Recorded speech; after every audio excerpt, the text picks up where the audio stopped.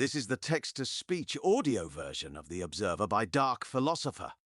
To read the full article, including analysis of trends we're observing and other content, check us out on Substack at darkphilosopher.substack.com or anywhere podcasts are broadcast. Article title: Repeal the 17th Amendment. Article subtitle: A failed experiment that has alienated states' representation in national affairs. We live in a country, nay, hey, a world under attack from almost every angle. It didn't start recently. It didn't even start in your father's time. It started a long time ago and has persisted and been resisted for many a generation to this day, and will subsist for many a generation after we are all long gone. The war is against the great republic by foolish men whose aspirational thinking believes they could have framed our great houses better than the founders, if not the entire nation itself. These men who talk like you, act like you, and may even live near your home aren't like you. They think themselves more competent. They consider themselves wiser. They even think of themselves as having a higher superiority in morality. They lie. Not just out of both sides of their mouths, but also the voice inside their head which initiates their foolishness. Many mistakes have been made and perpetuated by such men, and the only way we will ever begin to address and reverse past mistakes is by first talking about them. Section title: The First Lie. Democracy. A system so bad, we impart it upon our enemies as a form of control to keep the adversary locked in endless battles with itself instead of us. Listen carefully to excerpts of this speech from 2003. Time after time, observers have questioned whether this country, or that people, or this group are ready for democracy, as if freedom were a prize you win for meeting our own Western standards of progress. In fact, the daily work of democracy itself is the path of progress. It is the practice of democracy that makes a nation ready for democracy, and every nation can start on this path. Champions of democracy understand that democracy is not perfect. It is not the path to utopia, but it's the only path to national success and dignity. As we watch and encourage reforms in the region, we are mindful that modernization is not the same as westernization. Representative governments in the Middle East will reflect their own cultures. They will not and should not look like us. Democratic nations may be constitutional monarchies, federal republics, or parliamentary systems. Former President George W. Bush, November 6, 2003, addressed to the 20th anniversary of the National Endowment for Democracy. The United States is not a federal republic, a definition meaninglessly broadened under our modern language. Each state within the Union grants consent to that union and its division of authority to act as a united unit of states, not a federal perversion masquerading as a democratic principled authority. Without going into a long diatribe of legal and historical explanations or diving into the Federalist Papers themselves, the central concept one needs to keep in mind when comparing and contrasting democracy versus the constitutional republic is this. The constitutional republic defends the rights and interests of the individual from the interests and populism of a democratic mob, which is the enemy of a free people, most especially its minorities in both opinion and social groupings.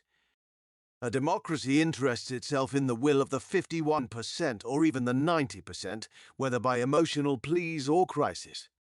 In contrast, a constitutional republic protects the public, most especially the minority of that public, from those threats. Observe with me, dear reader, that this is not a partisan issue of either party. If you count yourself among the liberals, then you must defend the republic in the interest of protecting the interests of the minority classes you suppose yourself to care for, whether of sexual, class, race, creed, religion, or opinion. It is your self-identified principle as a liberal to defend the interests of everyone, but most especially those who count themselves among the voiceless, the oppressed, and the unrepresented. However, suppose you count yourself among the conservatives.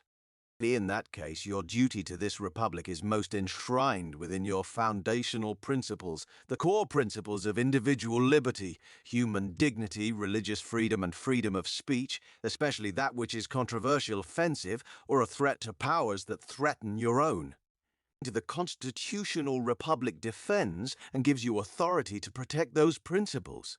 A democratic mob would arrest your principles under the guise of the greater good of today and today's ideas instead of the greater good of tomorrow, of yesterday, and of all people.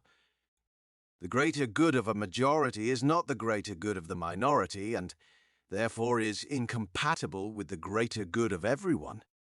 Whether you like or dislike figures such as former President Donald Trump, former President Barack Obama, or even Senator Bernie Sanders, a constitutional republic is the first line of defense from the rhetoric and emotional arguments of personalities you may disagree with, and even those which you may find yourself in agreement with. While many on the continent love to decry election losses as a loss for democracy and a partisan win as a win in turn for it, the idea of democracy being a stable or suitable situation across every house and branch of government is, at best, laughable and worst, damn near criminal. It is a most violent assault on the interests and concerns of every citizen, even those who consider themselves the enemies of our shared principles, regardless of who they voted for or what they believe otherwise.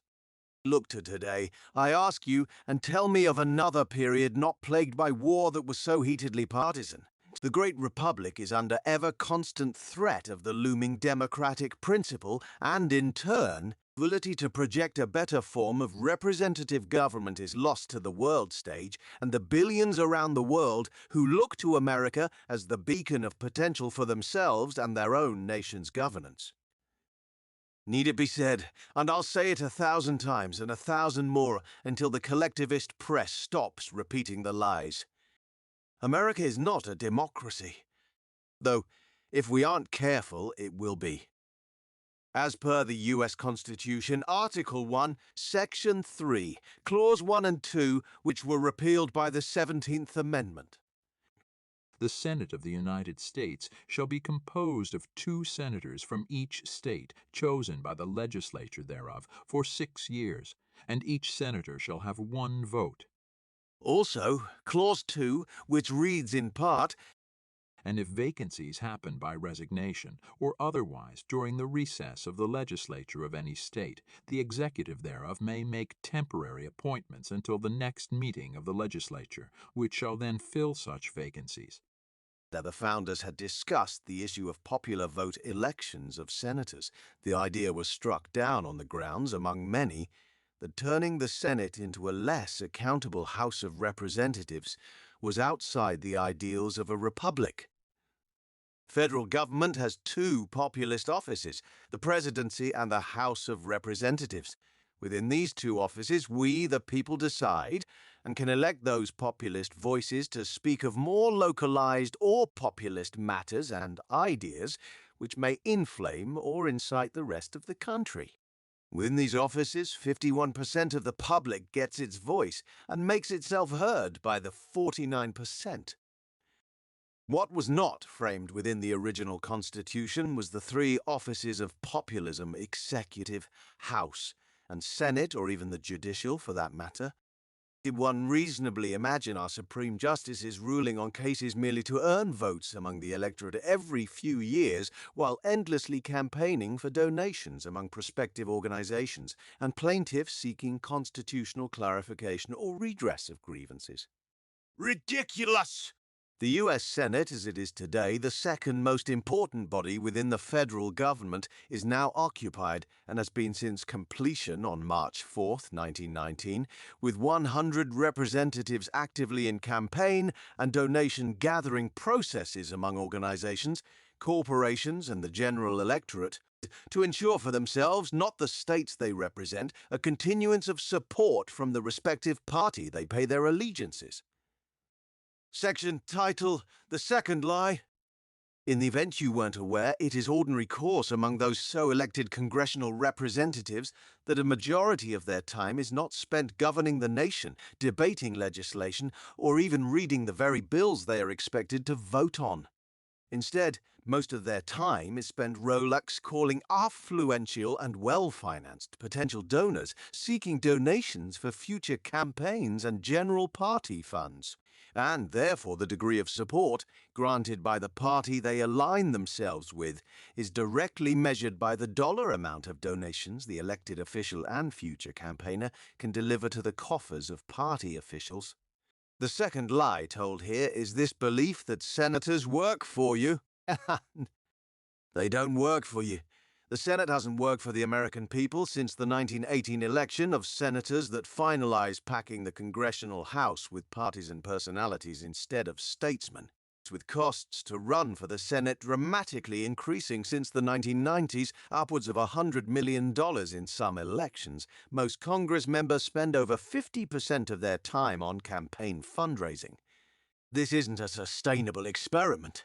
In case you forgot or didn't know, here is a 51-second video of former Representative David Jolly, 13th District of Florida, describing the issue on 60 Minutes, dated April 22, 2016. We sat behind closed doors at one of the party headquarters back rooms in front of a whiteboard where the equation was drawn out. You have 6 months until the election. Break that down to having to raise $2 million in the next 6 months, and your job, new member of Congress, is to raise $18,000 a day.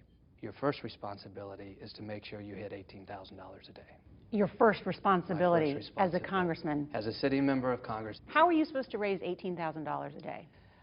Simply by calling people, cold calling a list that fundraisers put in front of you. You're presented with their biography. So please call John. He's married to Sally. His daughter Emma just graduated from high school. They gave $18,000 last year to different candidates. They can give you $1,000 too if you ask them to. And they put you on the phone. And it's a script. Section title, the third lie. One might ask, why would the states ratify the 17th Amendment? Democracy, dear reader. They felt we needed a little more democracy. That creep into our systems of poor ideas, which has never stopped and will never stop until the destruction of sound systems is assured, and returning to constitutional principles is impossible. Following the arguments that started around 1860 and had various periods of heightened rhetoric and later abandonment, most of the statements were what one might expect if they attempted to build a counter-argument to the constitutional provisions of the Senate as they existed before the 1913 Amendment ratification. The rhetoric of vote-buying among state legislatures and fraud, of cronyism among potential senators and even nepotism.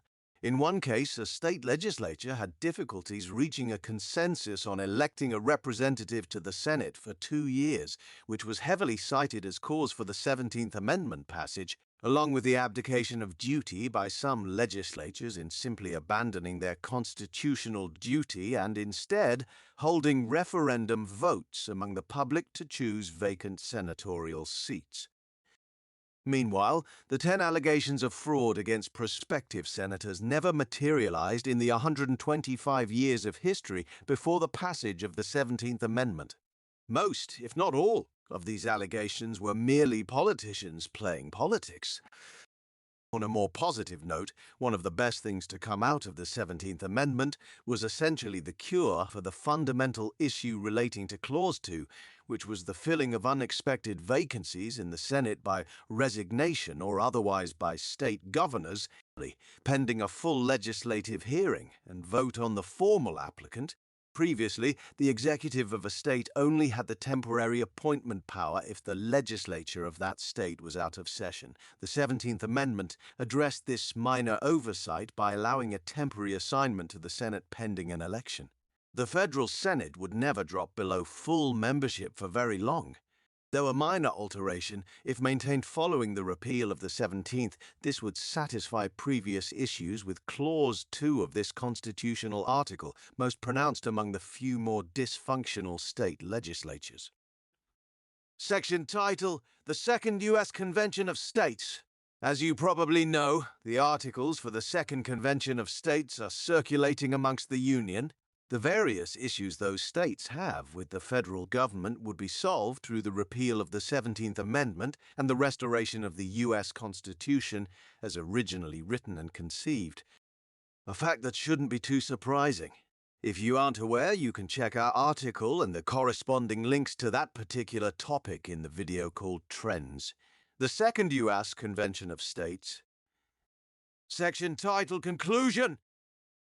The repeal of the 17th Amendment and restoration of the original framework would result in the following: less campaigning and fundraising by federal elected officials. Return the Senate to statesmen and representatives, not politicians. Federal Senate held in direct accountability to state legislatures who can revoke their Senate representative who fails to advocate for or represent state issues from a federal branch perspective of state influence and accountability within the federal government regarding spending and policies, including declarations of war, social policies, or impeachments, as is the duty of the Senate. The Second Convention of States movement and their grievances with the federal government would be addressed both currently and into the future for generations to come. The health of the Union would improve overall. State legislative election turnout would expectedly improve. The United States is not a confederacy, it is not a monarchy, it is not a democracy, it is not a federalist republic, it is not a fascist state. The framework of the original Constitution was the deployment of a near-perfect system that worked near perfectly. Nothing created by mankind is perfect, but sometimes mankind surprises us by creating or imagining systems and things that move beyond the mundane and unoriginal and genuinely break into the spirit of revolutionary, which indeed is what the United States Constitution is. A revolution in national government systems. The United States is a constitutional republic that enjoys the consent of its union. If we can keep it. This is the end of the text-to-speech audio version of The Observer by Dark Philosopher. For more content, including our trends analysis, see our Substack at darkphilosopher.substack.com, and don't forget to subscribe so you don't miss out on future articles. As always, farewell and good luck. Signed, Dark Philosopher.